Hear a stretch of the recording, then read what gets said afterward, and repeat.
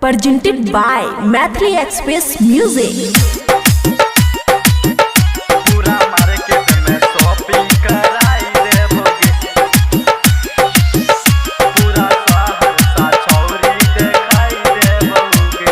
खुशी recording studio Baluaha. छोरी चलने हमर संग ज्यादा करी है नहीं तंग गे सुन की कहे छियो। छोरी चलने हमर संग ज्यादा करी है नहीं तंग तोरा जिला सहरसा घुमाई देबोगे पूरा मार्केट में शॉपिंग कराई देबोगे पूरा सहरसा छौरी दिखाई देबोगे। डीजे गुड्डू मधुबनी पूरा मार्केट में शॉपिंग कराई देबोगे पूरा सहरसा छौरी दिखाई देबोगे। कहब त हटिया गे गाछी घुमाइबो हे गे पूरा गे मार्केट तोरा देखइबो।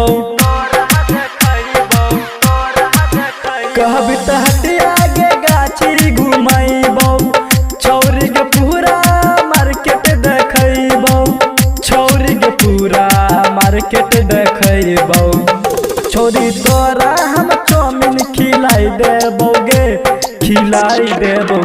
छोरी जिला सहरसा घुमाई देबोगे छोरी पूरा चांदी चौक घुमाई देबोगे।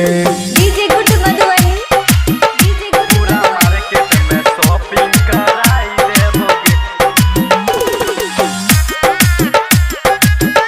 पूरा सहरसा छौरी दिखाई देबोगे। हाँ सहरसा स्टेशन पे तोरा ले जइतो हे गे अफसर अंशु तोरा सब कुछ देखइतो सहरसा स्टेशन पे तोरा ले जइतो अफसर अंशु गे सब कुछ देखइतो अफसर अंशु तोरा सब कुछ देखइतो हे गे आजी में छोरा से मिलाई